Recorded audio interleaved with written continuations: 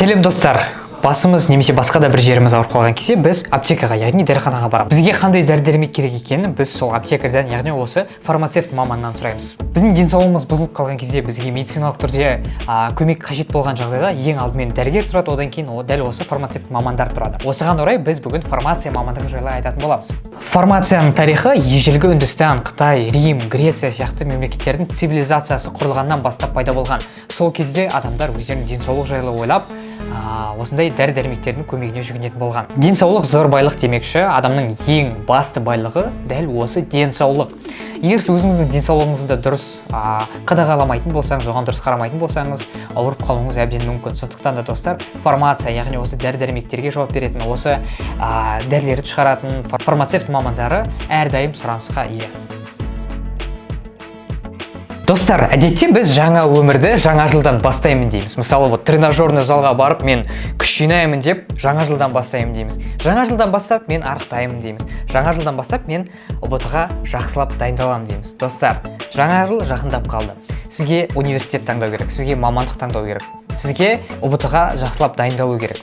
Сізге мотивация керек. Достар, осының барлығын сіз біздің бір приложениемізден ала аласыз. Біз күн сайын мотивациялық посттар, пайдалы кеңестермен бөлісіп отырамыз. Келесі бізде еліміздегі барлық университеттердің тізімін қарай аласыз. Бізде барлық мамандықтардың тізімін қарай аласыз. Жүктеп алу үшін сілтемені біз видеоның астында қалдырамыз.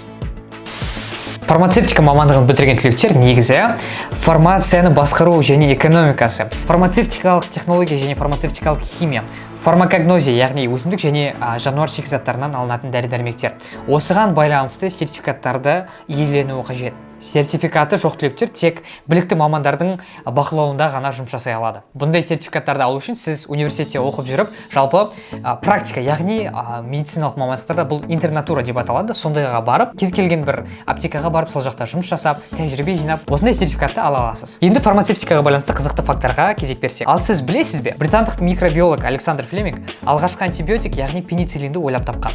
Бұл антибиотик екінші дүниежүзілік соғыста 100 мыңдай адамның өмірін аман сақтап қалған. Бұл препараттың ашылуы тарихта маңызды ғылыми жетістіктердің бірі ретінде танылған. Қазіргі антибиотиктердің көбісі пенициллиннің емдік қасиеттері бойынша жасалған. Әлемге танылып Кока-кола сусыны басында медициналық препарат ретінде шығарылған. Таңғаларлық жағдай, солай емес пе? Кока-коланы Джон Пембертон атты фармацевт ойлап тапқан. Оны Америкадағы Атлант қаласында Jacobs Pharmacy дәріханасында сатқан. Фармация мамандығын бітіріп, мен қайда жұмыс жасай аламын деушілерге қазір жауабын айтамын. Сіз кез келген дәріханаларда, дәрілер жасау институттарында, дәрілер жасайтын фабрикаларда, дәрілердің қоймасында жұмыс жасай аласыз. Ал енді фармацевт болып жұмыс жасау үшін қандай қасиеттер мен қабілеттер керек?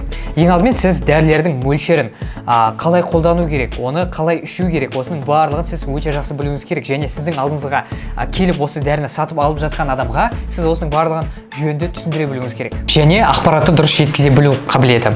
Яғни үлкен бір әже келді делік, үлкен бір ата келді делік, немесе бір жас адамдар, жас балдар болсын. Сіз соларға барлығына өзінің дәрежесіне сай түсіндіруіңіз керек. Егер сіз дұрыс түсіндірмеген жағдайда, оны қате айтқан жағдайда көптеген қиындықтар туындауы мүмкін, достар. Сондықтан да абай болыңыздар, жақсылап үйреніп алыңыздар. Егер сіз дұрыс білмесеңіз, фармацевтика мамандығына бармай ақ қойыңыз десең алатын ойнап айтамын болған. Өшіре бер. Енді осы мамандықтың артықшылық және кемшіліктерін айтып өтейік. Ең басты артықшылығы ол үлкен сұраныс. Әлемде көптеген дәрілер шығып жатыр, көптеген вирустар шығып жатыр. Оның барлығын, осы дәрілердің барлығын жақсы білетін, оны жақсы қолдана алатын, оны жақсы түсіндіре алатын мамандар әрдайым қажет. Сондықтан да фармация мамандығына деген сұраныс әрдайым артып тұрады. Екіншіден, сіз өзіңізге ғана емес, өзіңіздің отбасы мүшелеріңізге ғана емес, көптеген адамдарға пайдаңызды тигізе аласыз. Медицина жағынан өзіңіздің біліміңізбен бөлісіп жүресіз.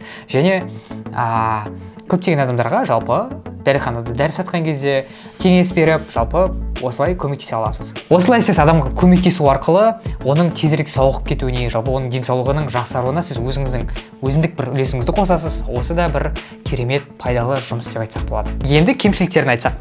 Егер сіз интроверт болсаңыз, сізге бұл жұмыс шамалы қиындау болуы мүмкін. Себебі дәріханада тұрып дәрі сатқан кезде, сіз консультация жасаған кезде, дәрінің қалай қолдану керектігін айтқан кезде сіз адамдармен сөйлесуіңіз керек болады, олармен коммуникация құруыңыз керек болады. Сондықтан да жалпы бұл интроверттер үшін онша дұрыс келмеуі мүмкін. Келесі кемшілігі ол негізі өте үлкен ұқыптылықты талап етеді. Егер сіз дәрілердің көбісі бір бір-біріне қатты ұқсайды. Ингредиенттері болсын, оның құрамы болсын, оның эффектілері болсын, оның пайдасы мен зияны болсын, барлығы ұқсап жатады. Сондықтан да егер сіз дәріні беріп қоятын болсаңыз, бұл адамның өміріне үлкен зардабын тигізуі мүмкін. Сондықтан да абай болыңыздар. Енді біз осы фармацевт мамандығын HeadHunter желісінен көрейік. Фармацевт 150 мың мен 250 мыңның арасы, бұл Алматы қаласы. 120 мың мен 182 мыңның арасы, Алматы қаласы. 140 мыңнан бастап. Келесі 80 мың мен 100 мыңның аралығы, тоже Алматы қаласы. Шымкент қаласы 80 мыңнан бастап, 120 мың мен 140 мыңның арасы, 160 мыңнан бастап. Жалпы достар, фармацевттің жалақыларын шамамен өздеріңіз көріп отырсыздар. Фармация білім беру тобының коды B085. 2020 жылы грантқа шектік ұпайы 117 балды құрады және барлығы 69-ақ грант бөлінген екен. Бұл мамандықты елімізде 10 университет оқытады.